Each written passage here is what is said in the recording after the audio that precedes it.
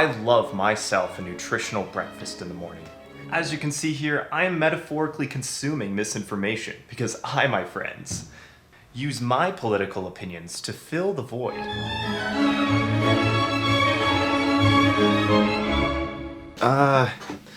For anybody wondering what is in the frame in my background, that is my OSHA forklift driver certification. There's a reason that I'm calling out people who use politics as a coping mechanism. It's because I, myself, used to hide my lack of identity with my political opinions. Feeling entirely directionless in life is depression, it's anxiety. You're infinitely descending into a black hole that you know leads to nothing. However, if you stick around for the rest of the video, my intention is to get you on a track where you're going to find direction. But first, let's go over how to know if you're using politics as a coping mechanism to fill the void.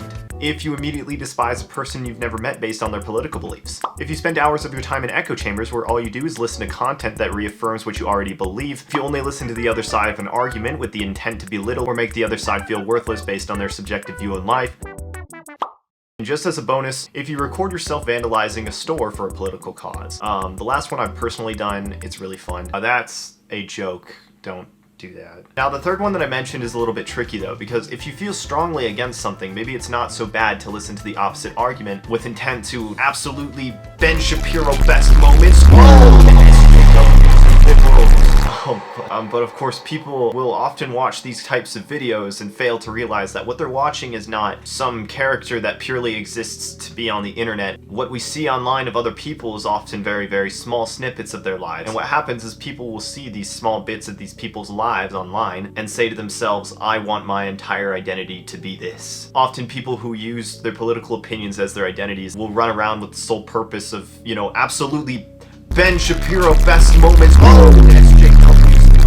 Okay, enough of that. But do you see my point? Having most of your identity rooted in just one thing isn't the cure for lacking identity and direction in life. In fact, it's very similar to having simply no identity and no direction. So what is the solution then? I mean, why should you give up something that gives you a sense of purpose? Who am I to tell you how to live? Well, you see, you shouldn't give it up. In fact, you're a bucket, but a weird bucket, okay? If you put something in this metaphorical bucket, you can't take it out. But this bucket's about to get even weirder, because depending on what you put in the bucket determines how the other things already in that bucket interact with your emotional state. Let me give you an example. In this bucket, let's put in, say, a happy childhood memory. But then all of a sudden, that happy memory is now a sad memory, because we just added intense longing for the past. Do you see what I mean? So let's take the bucket that this video is targeting. As you can see, there is a very strong political opinion in the bucket, so let's add some more stuff to it. For example, let's add good hygiene.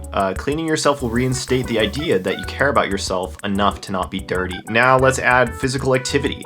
Stretching, running, any general workout will increase your self-esteem because you're trying your best no matter what other people do, say, or think. Now let's add an ambition in life, something that you can make a small amount of progress in every day, like getting better at drawing or being able to kick a certain height in your toe touch kicks. Now let's look at the bucket. As you can see, that strong political stance is still in the bucket. It's just not as pronounced and is no longer a requirement in order to love oneself. Alright, so that was an analogy. If you're lacking direction in life, it's possible that you're too caught up in worrying that you'll pick the wrong direction, or you're too caught up in trying to find the perfect direction, or you have no idea what directions are even available to pick. This is because there is no correct direction to go. It's only important that you run in some type of direction. And running in some type of direction doesn't need to be overcomplicated. You don't need to have a career path that you've already got picked out or like some kind of educational ambition. You don't need any of that stuff to move in a direction. You can run in some type of direction by saving your money, by teaching yourself something that you're interested in, by just working your job and doing that one thing that really puts you in that flow state of mind. These are all directions that will branch into opportunities as time goes on. What I tend to find is that if you find something enjoyable to do and you do it consistently for a long period of time, that consistency is a direction that will branch into something. Some people really like drawing, maybe they become tattoo artists. Some people are really into clothing, maybe they become fashion designers. My point isn't that you need to make money with whatever you enjoy doing. My point is that if you run in the direction of something you have an interest in, you may find more of a sense of direction in your life. Finding some sort of niche that you enjoy and setting goals for yourself to achieve in that niche is a great way to feel a sense of direction in your life. Anything you spend your time doing in life is a lot like writing an essay. Without a topic and without a goal for that topic, you're just gonna sit there. Alright everybody, so that's going to be it for this week's video. Make sure to like and subscribe so you don't miss next week's video where I literally don't care. Like, I just do not care at all. I care so little that I don't even make the video at all.